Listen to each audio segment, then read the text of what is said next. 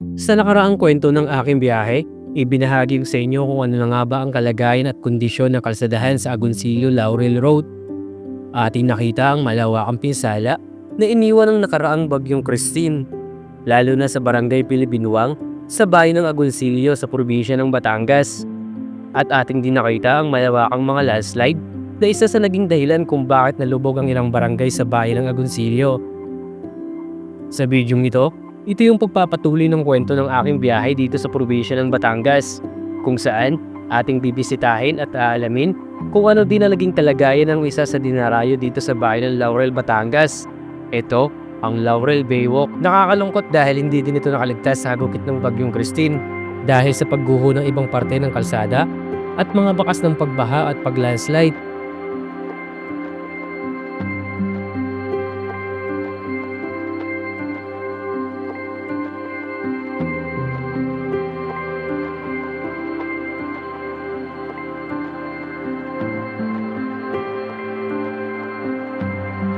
Ito yung naputol na tuloy mga ka-motivation.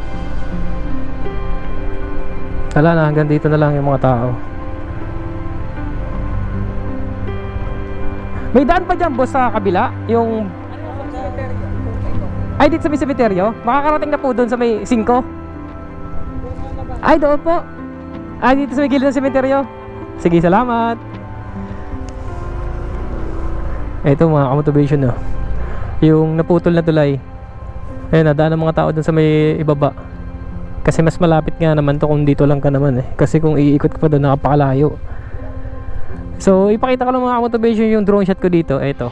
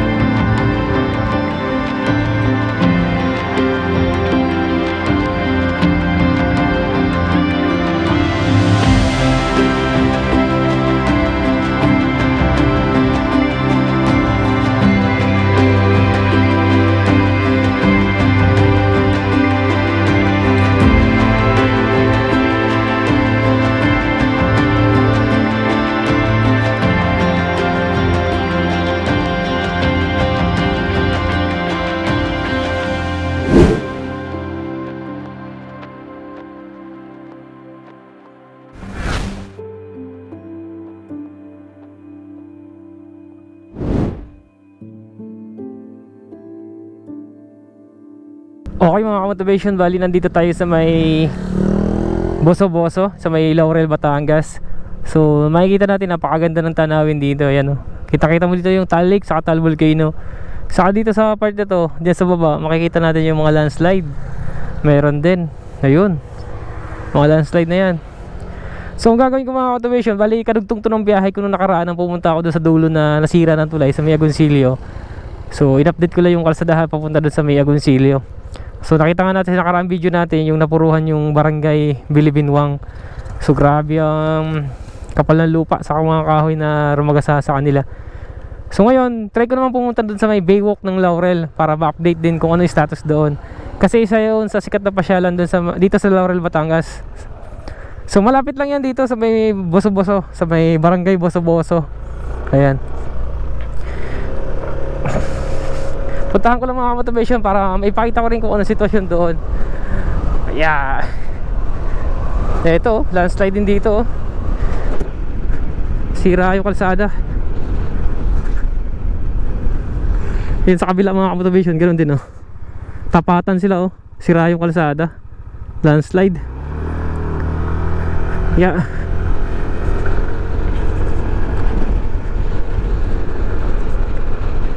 Nandito lang yung sa may bandang ibaba, yung Baywalk. Try natin kung makakapasok tayo.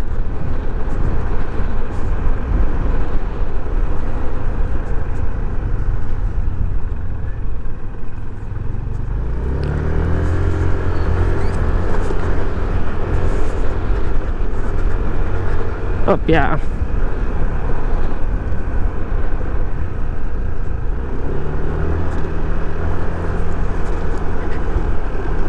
Grabe yung landslide dito. Ito yung nakita natin. Ayun sa kabila naman yun. Ay, ang lalim na, no?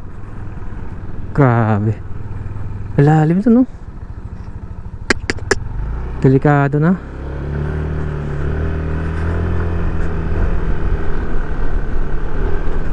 Ang lalim nun. Masisipak na.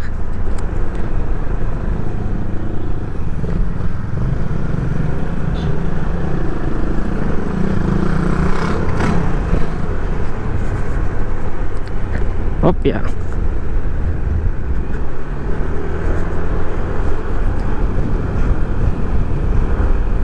Grabe yung mga landslide din dito.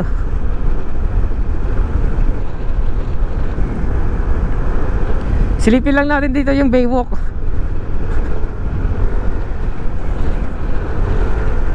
Okay dito.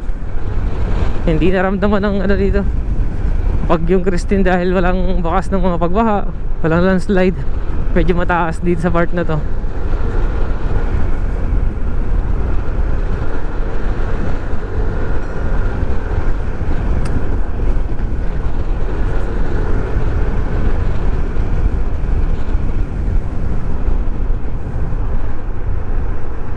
Opya. Uy, nadulas.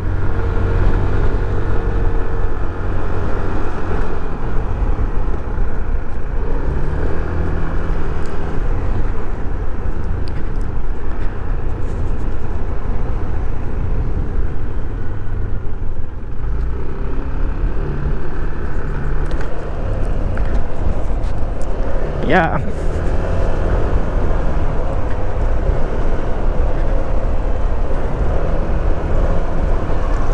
Ito talaga dapat yung ano, daanan mo para makatawid ka dun sa nasira na tulay. So since naputulan tulay, doon tayo dadaan mamaya sa kabila.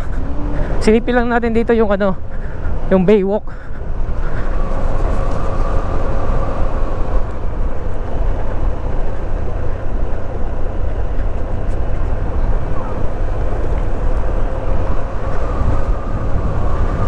Yeah.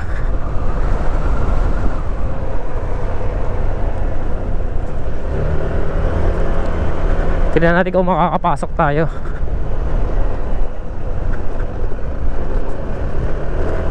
Hello, sa taas natin yung Tagaytay, oh. Kitang kita.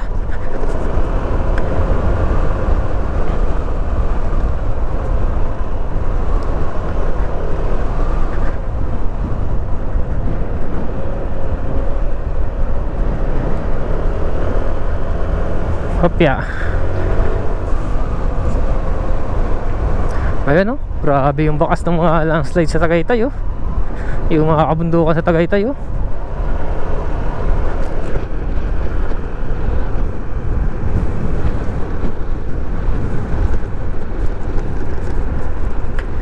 Ayan, dito tanaw na natin dito yung ano, sa may Poblacion 3, doon sa may naputol na tulay.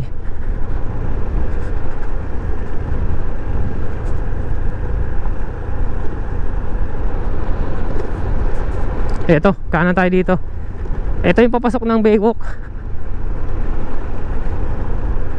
Tingnan natin kung naapektuhan din dito.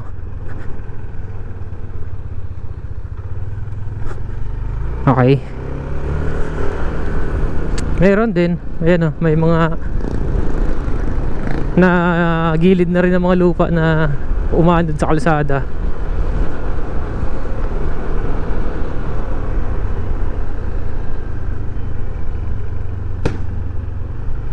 Uy, sarado. Ay, sarado ba yan? Ay, hindi. Ayan, oh. May wire. Di pwede sa mataas na sasakyan. Ito mga motivation yung ano, Baywalk dito sa Laurel. Ay, grabe na ano dito. Kumalat na mga basura, oh.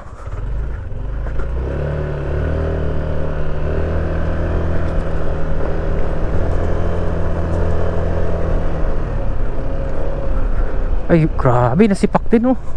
Ay, malala din pala dito. Ayan.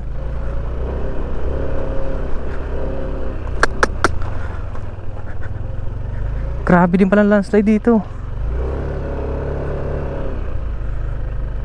Silipin nga natin. Huwag na tayong dumulo. Iwan ko lang dito yung motor ko, baka gumuho eh. Silipin ko lang mga motivation para makita nyo. Tapos mamaya dudulo pa tayo. Ito mga motivation. Ay grabe. Grabe di pala landslide dito oh. Nakakatakot na. Nakakanginginig.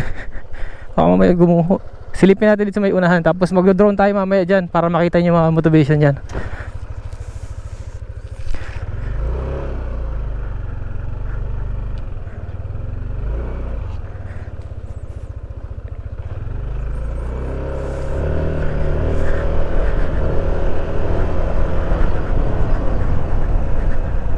Grabe din pala ang landslide dito.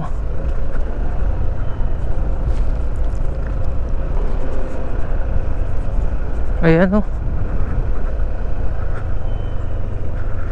Uy, patay. Wala tayong madadaanan. Sa kabila dapat.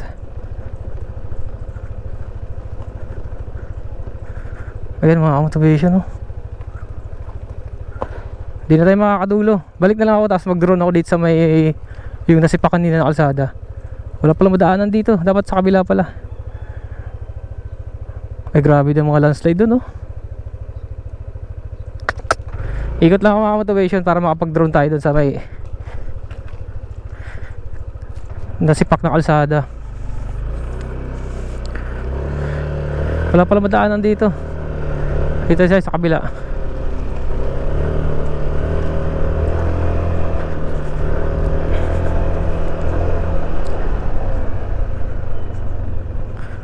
Ayun. Bababa tayo. Bababa na lang ako para makita naman natin yung dulo. May mga landslide din kasi doon sa unahan no.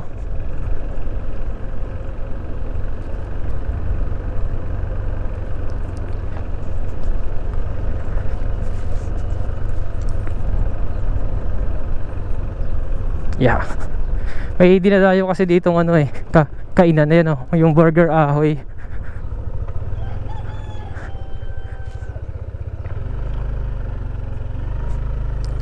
Okay na, may mga landslide din dun oh, sa unahan. So hanggang dito na lang tayo. Babalik lang ako dun sa taas para makapag drone tayo dun sa taas. Ayan. Okay, nakakit na ulit ako mga motivation.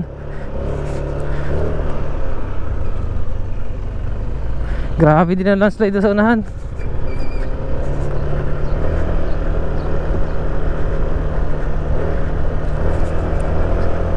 Yeah. Isa rin kasi ito sa dinadayo dito sa Laurel, Batangas, yung Baywalk na to. Dala mga motor, mga bike.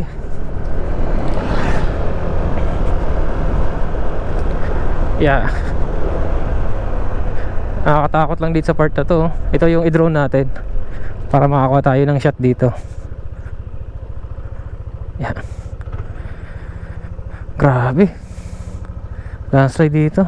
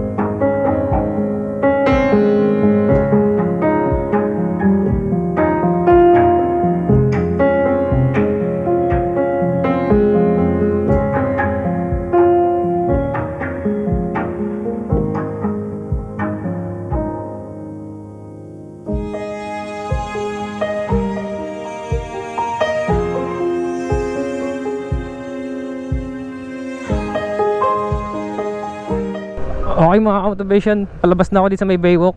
So dediretso na ako dito. Check natin yung ano, yung karugtong ng tulay dito sa kabilang side. Ah, likabok! Jesus! Suot sa likabok.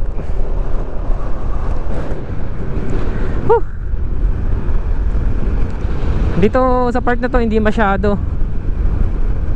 Yan. Silipin naman natin yung side na to kasi mostly kasi karamihan na nagbablog nandun lang sa kabila. Hindi na tayo makatawid. Para makita rin ang sitwasyon dito sa may bandang ito, sa part na to.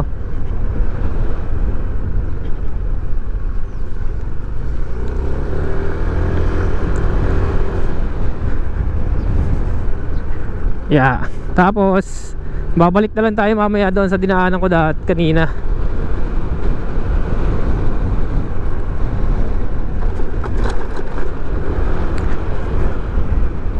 Dito may mga pailan-ilan landslide din dito sa part na to.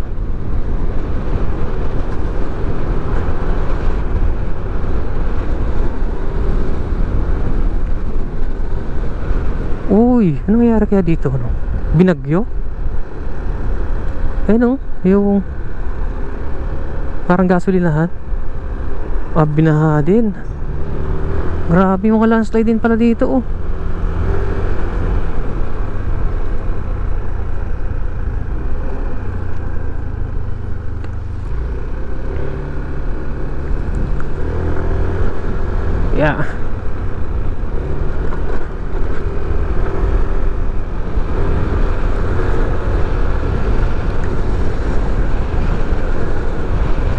May mga pagguho din dito sa part na to. Pero ang dami lupa oh. May daan siguro doon. Try natin mamaya.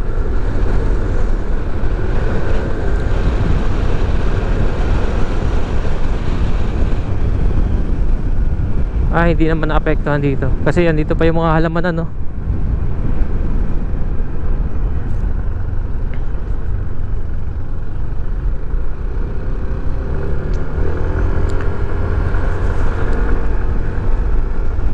Okay dito, hindi masyado naapektuhan dito.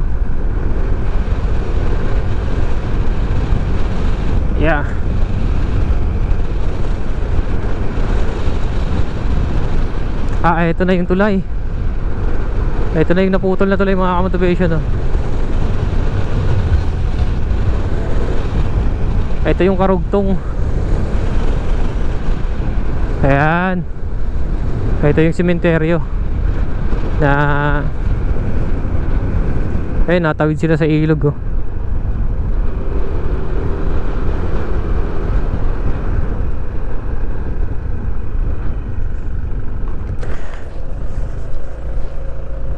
Ito yung naputol na tuloy mga ka-motivation.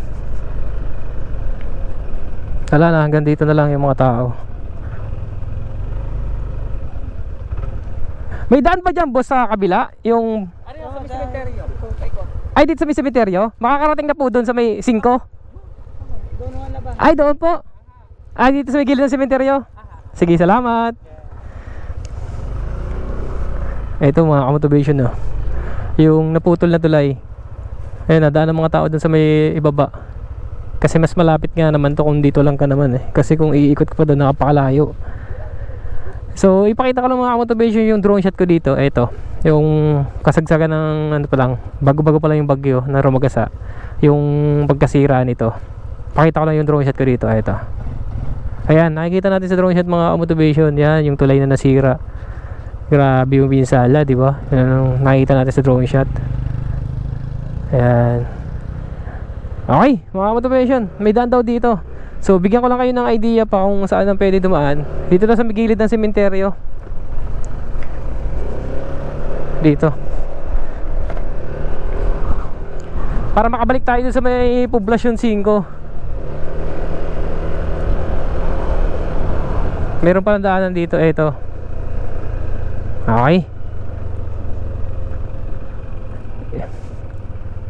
Okay, dito tayo dadaan para makarating tayo sa poblasyon 5. Siguro doon ko lang puputulin ang vlog ko mga ka-motivation sa dulo para may idea rin yung mga makapapanood nito kung sakali na gustong pumunta dito na mayroon pang ibang daanan dito. Ito,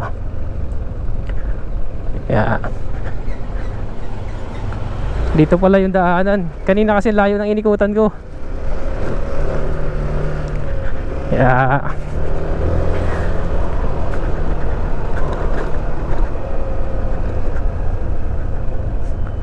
Marami rin palang lusutan dito. Yung problema lang nung nakaraan, yung kasagsagan ng bagyo, nung katatapos lang, hindi lang talaga ito madaanan dahil nga puro putik dito, tapos ang daming nakaharang sa kalsada. Ayan, sundan lang natin to si ate.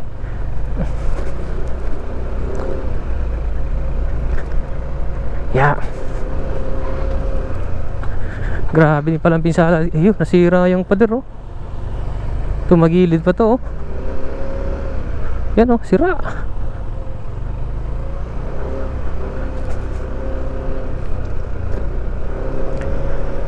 Kopya.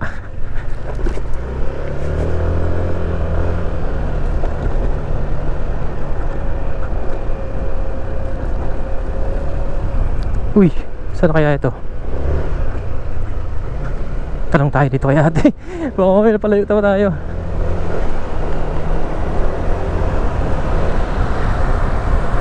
Diretso lang po ito ng ano? Poblasyon 5? Papuntang Poblasyon 5? Diretso lang? Kakanan? Okay, sala? Salamat!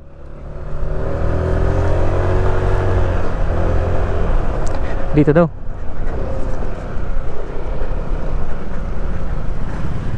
Ay, ito nga. Ito yung pinagtanungan ko. Dito pala. Okay. Yan, oh. I love Bugaan is dito pala. Tapos kakanan tayo dito. Kasi nung nakaraan, yung sa unang vlog ko, dito ako dumaan. Dito na tayo.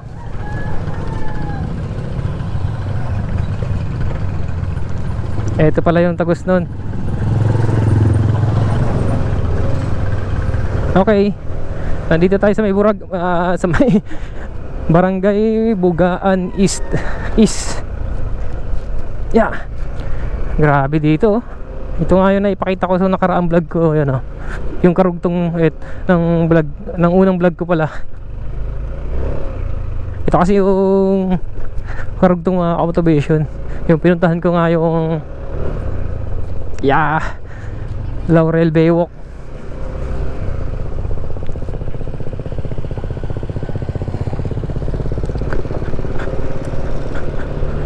Yeah. Diretso lang tayo dito.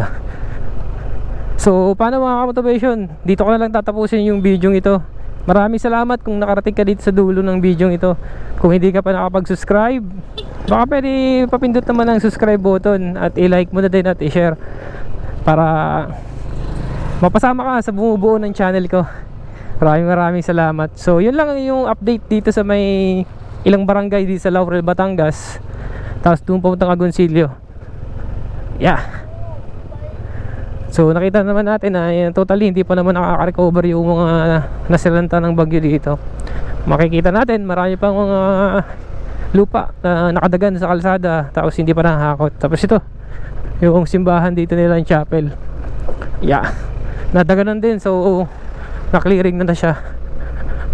So labas natin dito kanina doon sa pinasukan ko, so sa nakaraan doon sa may Poblasyon 5. Okay, maraming salamat sa pag-suporta. Paalam, hanggang dito na lang.